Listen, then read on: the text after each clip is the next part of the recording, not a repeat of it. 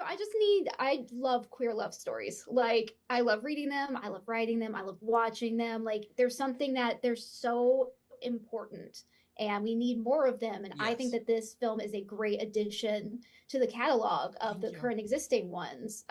So, did you have any like classic rom-com inspirations when writing this film? Yeah, I definitely did. I had some classic ones. I mean, I grew up, watching You've Got Mail, Notting Hill, a bunch of the classic, late 90s, early 2000s ones. And as a queer person, I had to find myself reflected in those. And so it was important to me when creating this film to just, be telling a love story and one that anyone can relate to. So I'm glad that you feel that it can add to the queer canon. That means so much to me.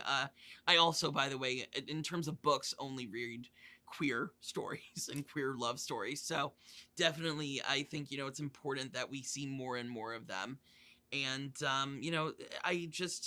an honor to get to tell this story more than anything. Yeah. Yeah, and I am a huge believer in fate, and it's one of my favorite little tropes when I read these kinds of like rom-com love story kind of Yeah. things. So was that like something that you always had planned into it that was going to be like a whole like fate kind of thing? Actually, no. So like the thing is, like the moment of fate was something Mhm. that sort of just organically happened. I'm not someone who when I'm writing plans ahead. Like I'm just writing and whatever happens happens. And in that moment it just opened the door. Like it was kind of like it was fate for me. Like the light Yeah. bulb went off and it like it happened. And I wrote it and it became what this film is about. And it is what it's about. And its message is something that's important to me. I do believe in fate. I do believe in this sense that there are the right people for you. Like that is something that I'm lucky that my parents have been married for 38 years and they're still super in love and like, they definitely have a fate thing going on. And so like for me it was this thing of like it was an important thing. I just didn't know that it was the center of the story until it was. I love that. That's such a fun little organic thing. One of my favorite things, especially as a writer, is like sometimes you just write and Yeah, then something happens and your story ends up like centering itself around that in absolutely. ways that you didn't expect. And I Yeah, think, yeah, it's so great to have it. And New York is the perfect city to have absolutely. this. As someone who Yeah. lives there, it's like fate is everywhere. Yes. You can turn a corner. And I especially love the opening where they just kept having these like near Yeah. and like, where they almost kept caught each other, but they Yeah. kept missing it. And I thought that was so perfect. I love that moment so Thank much. you. Yeah, no, I love iconic, musical credit sequences at the start of films. And I knew I wanted one, and I just wanted to make sure that it was, in step with what the film is. And when I came up with the concept of they just keep missing each other, it felt exactly on the nose of what I wanted to do here because, they're leading these parallel lives that have to sort of meet at some point. And Yeah. that was really cool.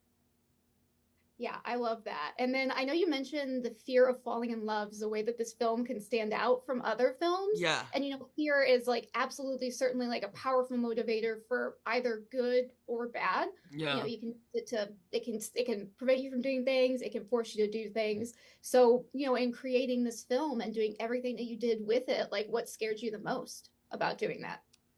It's so funny because probably what scared me the least is making this film in my life.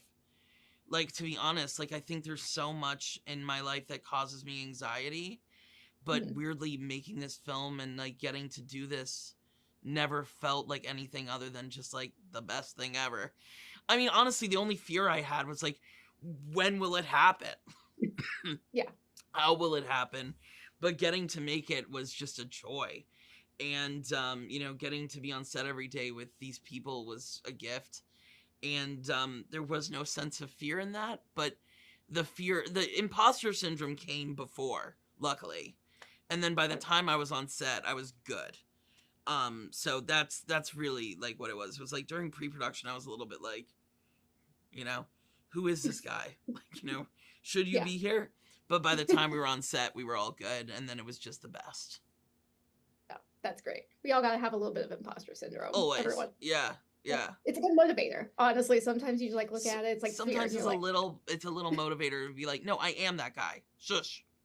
Yeah. yes, yes, yes. And Yeah. that's what I love about your character in this film, especially, is he knows who he is, he knows Absolutely. what he wants, and he's gonna get it. By Yeah. God, he's gonna find a way to get He will it. get it. And Yeah.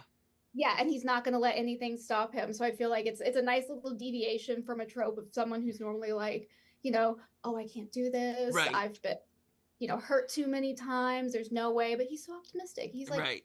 hey, I believe in it. I believe Yeah. in love. And he wants this love, and he goes for it. Yes.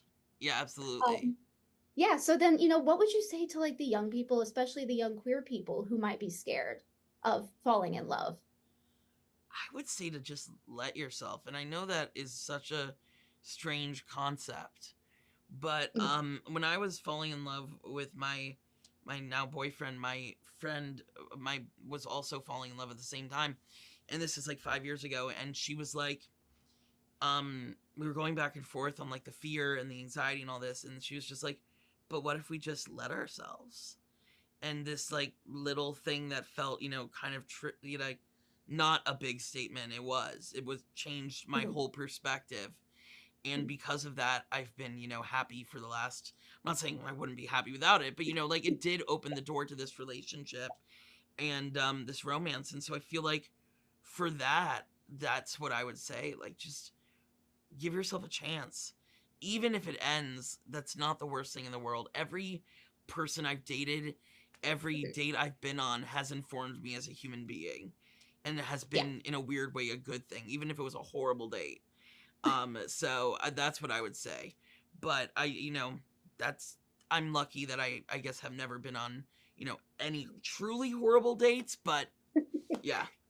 Hey, that's a good thing. Yeah. Not everybody needs that experience. No, I'm just sure. Yeah, exactly. Yeah.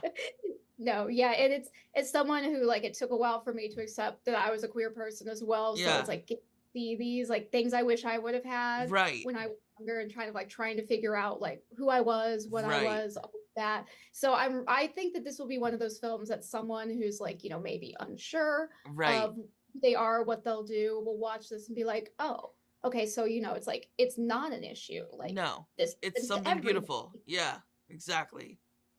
Yeah, and it's one of those things I love about queer rom-coms, when they just normalize it, and it's not like a big thing that it's queer. It's just like, this is what we are. This is who we love, and you do a great job with it in this film. So thank you so much. Yeah, I loved it. I cannot wait for other people to see it. And congrats on it as well. And thank you so much. Thank you. Nice to meet you.